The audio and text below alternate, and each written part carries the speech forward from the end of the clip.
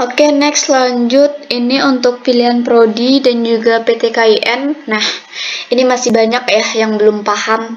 Kak, kalau misalnya aku maunya di satu UIN aja gimana Kak? Bisa nggak? Atau Kak, aku maunya cuma jurusan hukum keluarga, atau Kak, aku maunya cuma jurusan hukum pidana gitu.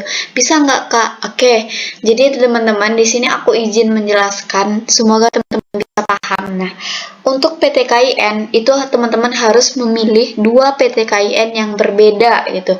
Jadi antara PTKIN 1 dan juga PTKIN 2 itu harus berbeda.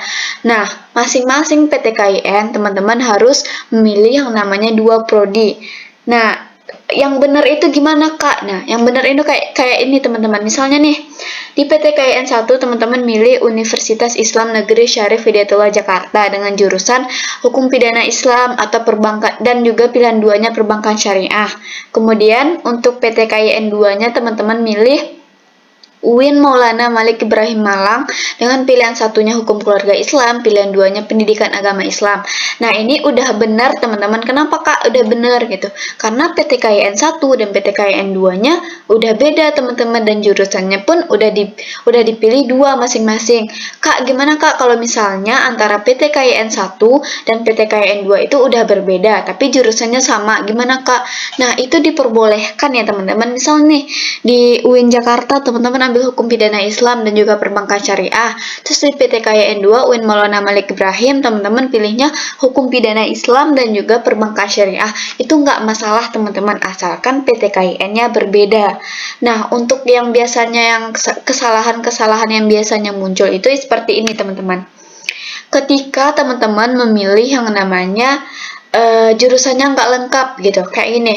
PTKIN 1 UIN Jakarta, pilihan 1 hukum keluarga, pilihan 2-nya dikosongin. Terus PTKIN 2 UIN Sunan Kalijaga, pilihan satunya diisi, pilihan 2-nya dikosongin. Nah, ini salah ya teman-teman, tidak dibenarkan karena tidak full memilih program studi, yang mana seharusnya program studi tidak boleh kosong, jadi harus diisi dua-duanya. Kemudian di bagian ini salah juga. PTKIN 1, PTKIN 2 UIN Sunan Gunung Jati Bandung, PTKIN 2 UIN Sunan Gunung Jati Bandung. Nah, salahnya gimana Kak? Walaupun prodinya udah benar, pilihannya untuk PTKIN-nya salah. Kenapa? Karena dia memilih PTKIN yang sama. Kalau kalian milih seperti ini, nanti kalian akan gugur dengan sendirinya gitu. Jadi percuma memilih yang namanya jalur SPAN PTKIN. Jadi kalian harus perhatiin dari sekarang gimana caranya teman-teman udah mempunyai rencana PTKIN dan juga rencana prodinya. Kemudian di bagian ini salah kenapa? Karena dia hanya memilih satu PTKIN aja. Seperti masalahnya tadi, Kak, aku maunya di UIN Sunan Ampel Surabaya aja Kak, karena aku nggak minat di UIN yang lain. Atau Kak, aku cuma mau di UIN Sunan Ampel Surabaya karena itu yang dekat dengan tempat aku diizinin cuma di sana. Nah, itu tetap nggak bisa teman-teman. Jadi teman-teman tetap harus milih dua PTKIN gitu. Ini salah karena dia nggak milih UIN yang kedua, pilihan prodinya juga nggak diisi gitu. Jadi untuk teman-teman yang masih nanya, yang masih bingung, jadi itu ya jawabannya, harus memilih PTKIN yang berbeda antara PTKIN 1 dan PTKIN 2, dan juga prodinya harus 2 di masing-masing PTKIN. Kemudian untuk kategori prestasinya, yang pertama itu ada KSM atau kompetensi sains madrasah, terus OSN Olimpiade Sains Nasional atau KRM, kompetensi robotik madrasah atau SAN, syiar anak negeri atau madrasah student leadership atau madrasah young research atau lain-lain, atau MTQ atau MHQ atau juga organisasi. Nah, bagi teman-teman yang masuk kategori ini pernah ikut KSM tingkat nasional juara 1 atau juara harapan 1, nah itu bisa.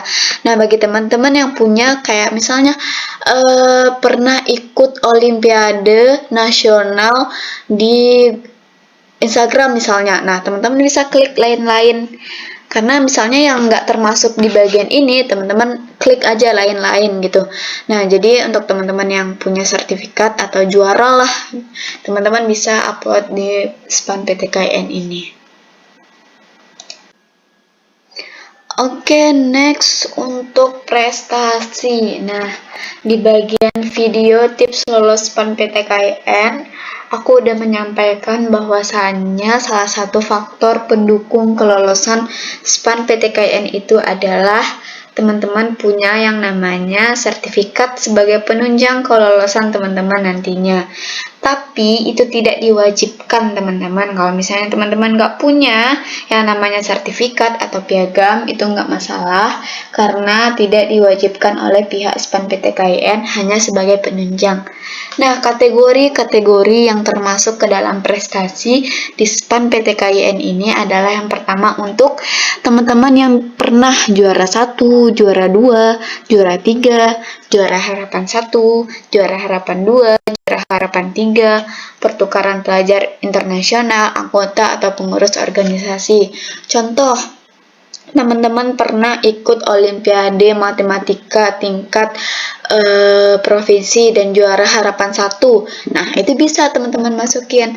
Atau contoh lain, teman-teman ikut organisasi pramuka atau ikut organisasi OSIS, OSIM atau organisasi lain. Baik itu teman-teman jadi anggota atau ketua atau sekretaris, itu bisa dimasukkan di prestasi SPAN PTKIN tahun 2023 ini.